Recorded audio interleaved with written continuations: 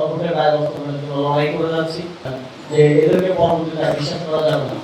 সংস্কারের ক্ষেত্রে আমরা যে নতুন বাংলাদেশের কথা বা একটা আবার যেন ফেসিবাদ ফিরে না আসে সেই কাঠামোগত একটা রাষ্ট্র নির্মাণের কথা গণঅভ্যুত্থানের সময় থেকে বলে আসছি, বা যে আকাঙ্ক্ষা জনগণের মধ্যে আমার আপনার মধ্যে আছে, এটা আমাদের একটা প্রথমে বোঝাপড়া ছিল যে আমরা সংবিধান পুনর্লিখনের মাধ্যমে এটা একটা বাস্তবায়ন করব।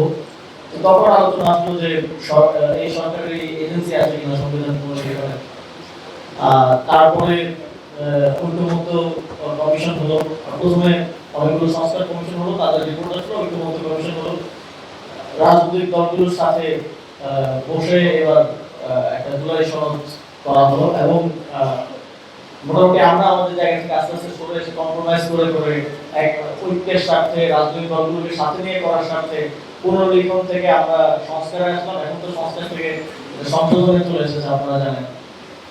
তো পরবর্তীতে গণভোটের মাধ্যমে একটা লেজিটিমেসি, যে এজেন্সি নিয়ে প্রশ্নটা ছিল যে এই সংস্কারগুলো এটা বৈধতা কি, যে আমরা বসে করলেই তো হয়ে গেল না। তো সেই জায়গা থেকে গণভোটের মাধ্যমে একটা বৈধতা আদায়ের চেষ্টা করা হলো এবং গণভোটে 70% জনগণ এই সংস্কারের পক্ষে ভোট দিয়েছে। প্রায় 84টি বিষয়ে ঐক্যমত্য হয়েছিল, সেগুলো বাস্তবায়ন হওয়ার কথা ছিল। সংবিধান সংস্কার পরিষদের মধ্যে দিয়ে আপনারা জানেন যে এই সরকার নির্বাচনের পরে সেটা করে নাই। তো আমাদের আরেকটা ভুল আমি বলবো, সেটা হচ্ছে এই রাজনৈতিক দলগুলোকে বিশ্বাস করা। আমরা আমরা তো আর জাতীয় রাজনৈতিক দলগুলোর সাথে কখনো রাজনীতি করি, আমরা ক্যাম্পাসে ছাত্র রাজনীতি করতাম। ফলে ছাত্র সংগঠনগুলো, ছাত্র ইউনিয়ন কিভাবে চিন্তা করে, ছাত্র দল, ছাত্রলীগ, ছাত্র শিবির বা অন্যান্যরা কিভাবে চিন্তা করে সেটা আমরা বুঝি। কিন্তু জাতীয় রাজনীতিতে যখন আসলাম, এই যে আমাদের বাবা বয়সী, দাদা বয়সী লোকরাও যে মুখে এক কথা বলে পলিটিক প্রতারণা করতে পারে, এটা আমরা প্রথমে আসলে বুঝে উঠতে পারিনি। ফলে তাদের অনেক কিছুতেই হয়তো ভরসা রাখতে গিয়ে পরে আমরা, এটা আমাদের জন্য একটা শিক্ষা, আমরা শিখলাম যে এদেরকে পরবর্তীতে বিশ্বাস করা যাবে না। একদম স্টার্টিং ফ্রম প্রাইম মিনিস্টার তিনি বলেছিলেন আমাদেরকে যে হ্যাঁ ভোট দেওয়ার জন্য, কিন্তু পরবর্তীতে তিনি এই বিষয়ে আর কোনো কথা নির্বাচিত হওয়ার পরে বলেন নাই। তার পক্ষ থেকে তার মুখপাত্ররা বলছেন যে আমরা নির্বাচনের জন্য আমাদেরকে এই প্রতারণার আশ্রয় নিতে হয়েছিল। তো এটা আমাদের একটা জাতিগত শিক্ষা। একটা হচ্ছে আমার জন্য শিক্ষা, আমাদের জন্য শিক্ষা, আবার সবার জন্য, যে কাকে পরবর্তীতে বিশ্বাস করতে হবে, কাকে বিশ্বাস করা যাবে না, কারা কথা দিয়ে রাখছে কি রাখছে না।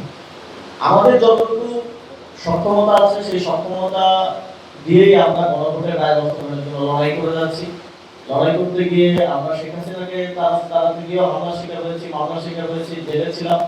আবার এখন নতুন করে মামলার শিকার হচ্ছি, সামনেও হয়তো হব। কিন্তু আমাদের জায়গা থেকে আমাদের যে কমিটমেন্ট জনগণের প্রতি, দেশের মানুষের প্রতি, এবং বিশেষ করে আমাদের যে গণঅভ্যুত্থানের শহীদ আহতদের প্রতি, সেই কমিটমেন্ট বাস্তবায়নের জন্য আমরা আমাদের লড়াইটা চলমান রাখবো। ফুয়াদ ভাই খুবই কারেক্টলি বলছেন যে পৃথিবীতে কোনো বিপ্লবের আরো অনেক রক্তক্ষয়ী বিপ্লব হয়েছে, আরো অনেক প্রস্তুতি নিয়ে বিপ্লব হয়েছে। আমাদের তো প্রস্তুতি সেরকম ভাবে ছিল না, গণঅভ্যুত্থান হয়েছে।